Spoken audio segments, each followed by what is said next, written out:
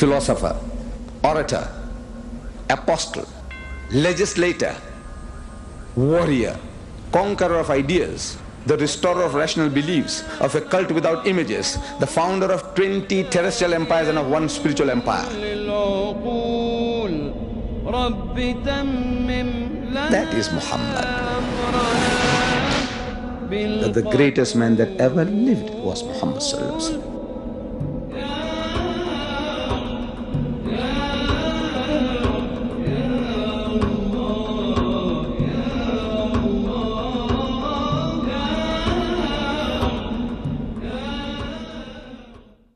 So, at the end of the talk,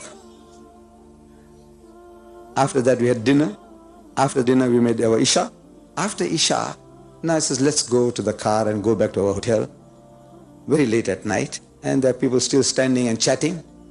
So one fellow shouts from the crowd, Mr. DEEDAT. I say, yes? He says, look, what is the benefit of all these munazaras? You know, you go and debate with the guy Swaggart, you go and debate with the guy Palestinian in England, and this what you're doing now, you're talking and the guy comes along and arguing and debating with you, asking you questions. What's the benefit? So now this calls for another talk, explaining what are the benefits. And man, it's almost nearing 12 o'clock at night. So I said, look, you were sitting there for 2 hours. Did you benefit at all in any way? So don't ask me questions, I'm asking you. So I said, look, these people here, all standing around, ask them. I said, bhai, did you any of you benefit at all from this meeting? Mum, glum, gunge. No response. From the Pakistanis of Sialkot, no response. Man, you sat there listening to me for 2 hours and I'm asking, did you benefit at all? No response. I'm wondering what happens with this Pakistani. Sab gunge ho gaye yahan? Sialkot mein Christian ne tumhara kya mohar maar di muh ke upar? So I said, no, I can't understand this. One guy is asking, what is the benefit? The other guy is asking, and nobody is responding. So one fellow says, you see, this man here, he is a big tycoon in Sialkot. He is the richest man in Sialkot. He is an industrialist. And he has a German wife. And this German wife is a missionary. Out of all Germany, they got about 6 million, 20 million women who can't get husbands. He goes and picks up a missionary woman. And he brings her to Sialkot, this industrialist. And his house is the center of all Christian missions. They come along to his house. He doesn't come for Salat anymore, but he still claims to be a Muslim. So you see, it happens. If you are in that situation, your heart, your mind, you're getting hurt. Any of you who's got Christian wives, you're getting hurt. If your son has got Christian wife, you're getting hurt. As if I'm attacking you. I'm not attacking you. I'm only telling you that, look, you are not the man to have a Christian wife. The society is not geared for that anymore. We are not men anymore. As the poet says, Sheikh Sahib, ye hamare chairman sahab, Sheikh Sahib. Sheikh Sahib bhi to parde ke koi hami nahi. This Sheikh Sahib, the learned man, he's also not a supporter of parda. Sheikh Sahib bhi to parde ke koi hami nahi. Muft mein college ke ladke unse badzan ho gaye. For no reason, these university students, these college students, these modern educated young men are getting offended with the sheikh, with the maulvi, with the maulana. Muft mein college ke ladke unse badzan ho gaye. Was में फरमा दिया कल आपने ये साफ साफ, पर्दा आखिर किससे हो जब मर्द ही जन हो गए.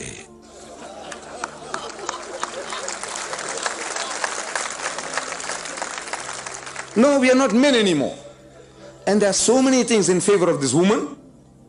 If the marriage breaks up, look, it can break up between a Sindhi and a Sindhi, a Punjabi and a Punjabi, Punjabi man, Punjabi woman. It can break up. It can break up between my own people, Gujarati and the Gujarati. It can break up. It is happening. It's more chance that people coming from a different culture, different background, more reasons for breaking up marriages.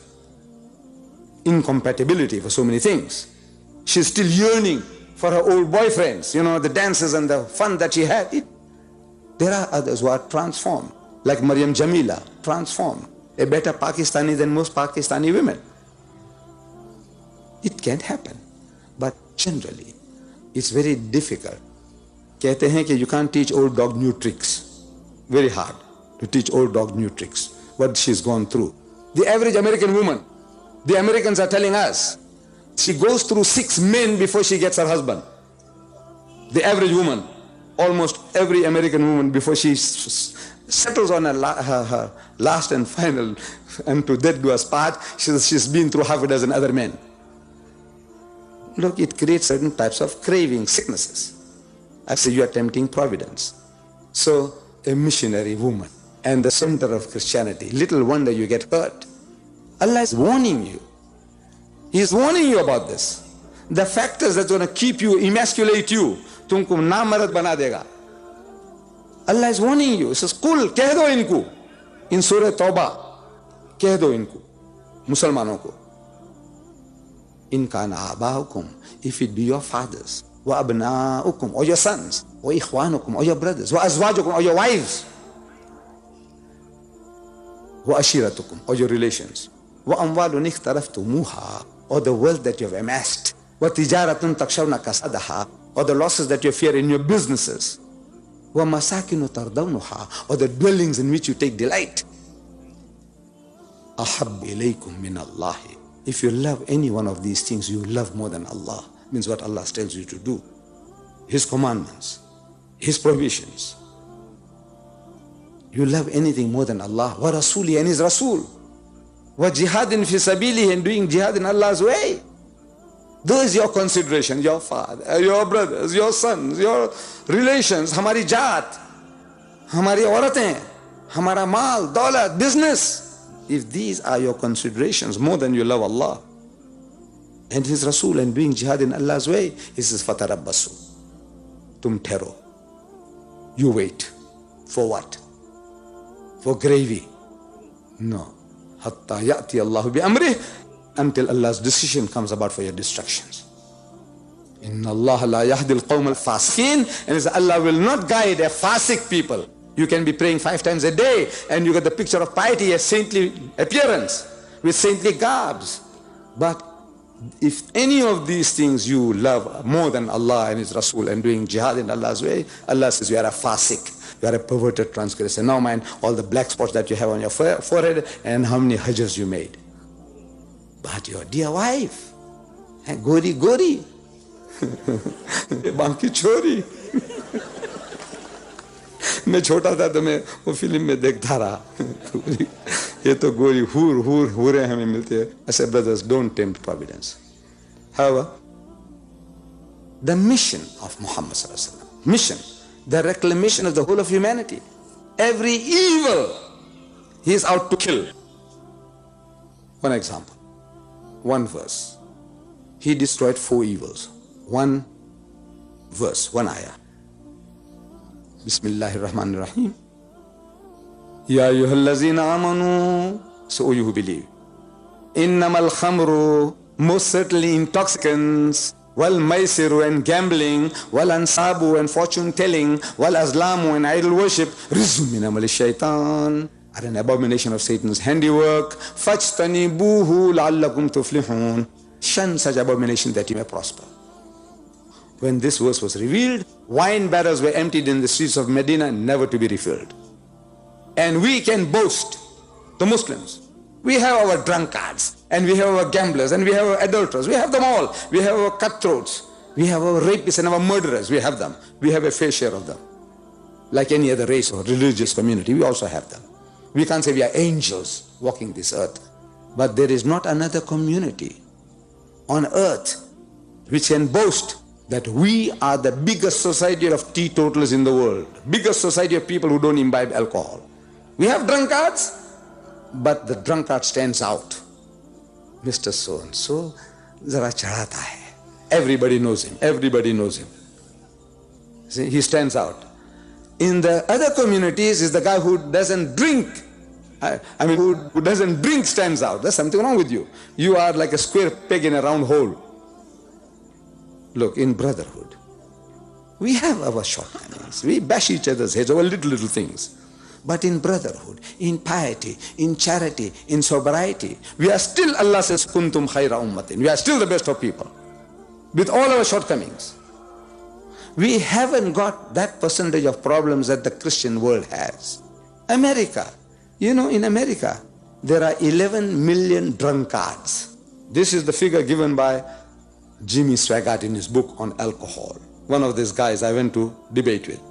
He is the mightiest evangelist in Christendom today, the biggest Jalut. He appears on 2,000 TV stations of the world. His daily budget is $1 million a day. That guy, he says, 11 million drunkards and 44 million heavy drinkers. Swaggart, like a good Christian, he says, I see no difference between the two. For in his side, this Christian says 55 million drunkards. That nation is worried about your salvation. You know that? There are 42,000 American crusaders, mujahids, raising the dust in the world. At home they are rotten to the core. Last June, the June before, 300,000 sodomites, Qawm Lut, they gathered in San Francisco on a pilgrimage led by 50 lesbians on motorcycles. But they're worried about saving you from hellfire. 300,000, 3 lakh Qawm Lut, sodomites and catamites. Problem, drunkards, incest. 13% of the American people, they commit incest with their own daughters. खुद की बेटियों के साथ खिलवत करते हैं. 13%. That nation is worried about saving you. Look, alhamdulillah, look, we are not angels. We read about something happening in sin, dacoits and this and that and that. And I read this morning some article that fellows, broke into the house and they made people to stand in the corner and they stole everything.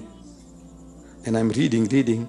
So alhamdulillah, look, in other countries is murder and stealing. Murder.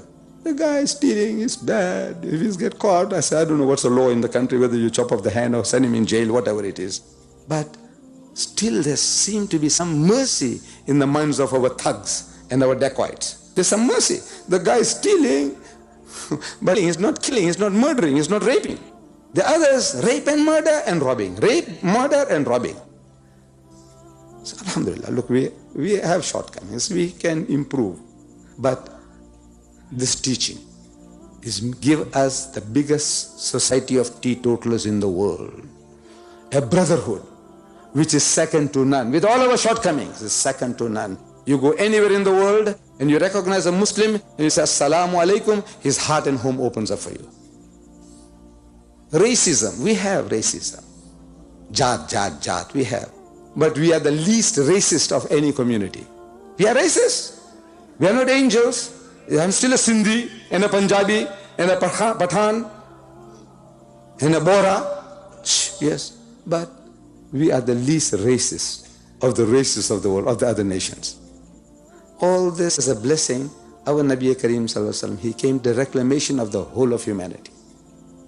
And he left with us this book, the Quran, as a book of guidance. And he preserved it for us. He had it preserved. He set a system of huffaz. He had a system under conditions, impossible conditions to imagine, that he could have it recorded on palm leaf fiber, on shoulder blades of animals, on skins kept in a chest for preservation like an archive.